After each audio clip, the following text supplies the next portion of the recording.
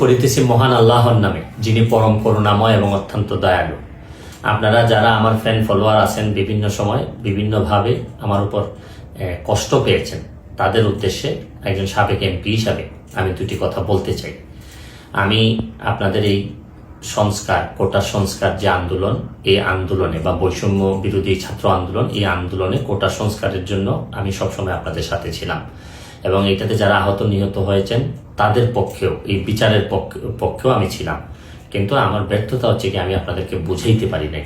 এটার জন্য আমি সম্পূর্ণ ব্যর্থ হয়েছি এবং আমি এই ব্যর্থ হওয়ার জন্য আমার যারা ফলোয়ার আছেন, যারা আমাকে নিয়ে প্রত্যাশা করেছেন, সবার কাছে আমি দুঃখ প্রকাশ করতেছি।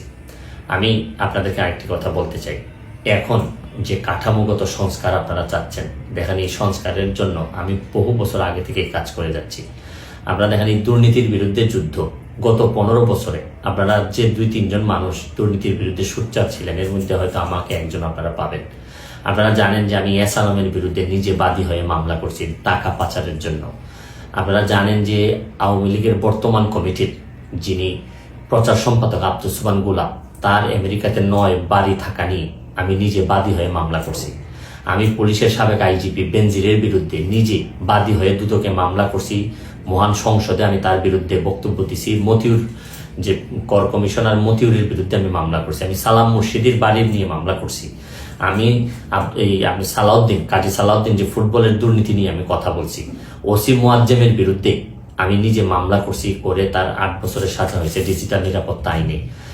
আপনারা জানেন যে জীবনে যত ঝুঁকি ছিল, আপনারা জানেন যে এই কোটা আন্দোলন শুরু হওয়ার 2 সপ্তাহ আগে আমি প্রেস কনফারেন্স করে বলতে বাধ্য হয়েছি, আমি জিডি করছি যে আমার জীবনের উপর হুমকি আছে এইসব দুর্নীতির বিরুদ্ধে প্রতিবাদ করতে গিয়ে।